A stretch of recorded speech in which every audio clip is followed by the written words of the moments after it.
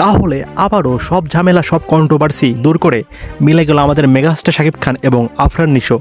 3-4 বছর ধরে এই কন্ট্রোভার্সিটি ছিল এবং তাদের দুজনের ভিতর এমন একটা অমিল ছিল যেটা দেখে তাদের ফ্যানরা নিজেদের ভিতর মারামারি এবং অনেক ধরনের গ্যাঞ্জাম তৈরি করেছিল। অবশেষে মেগাস্টার শাকিব খান এবং আফরান নিশো দুজনই এই গ্যাঞ্জাম ঝামেলা কন্ট্রোভার্সি সব দূর করে এক হলেন।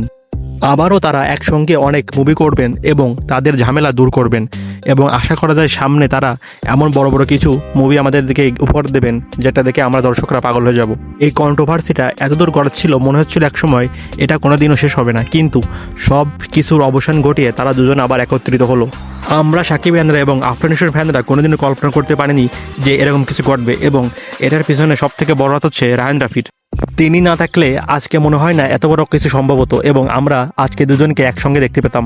কিন্তু এত কিছুর মধ্যেও একদল এখনও রয়েছে যে এই দুজনের ভিতর আবার কন্ট্রোভার্সি শুরু করতে। তারা চাচ্ছে যে এই কন্ট্রোভার্সির মাধ্যমে তারা ভিউ অর্জন করবে এবং তাদের ভিডিও ভাইরাল করবে, কিন্তু এখন আর সেটা হবে না, কারণ আমরা বুঝে ফেলেছি যে আসল আফরান নিশোর ফ্যান কারা বা আসল সাকিব ফ্যানরা কারা।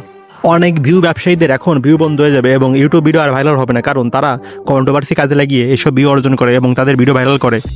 এখন এসব ভিউ ব্যবসায়ীদের কথা বাদ দিয়ে আমরা সাকিব ফ্যানরা এবং নিশোর ফ্যানরা একত্রিত হয়ে আমাদের দুইজন সুপারস্টারকে সামনের দিকে এগিয়ে যেতে সাহায্য করব এবং আমরা চাইবো যে তারা সামনে একসঙ্গে অনেক মুভি করুক এবং সুপার ডুপার ব্লকবাস্টার হিট দিক। আপনাদের এই বিষয়ে কী মতামত অবশ্যই কমেন্টে জানাবেন। ধন্যবাদ।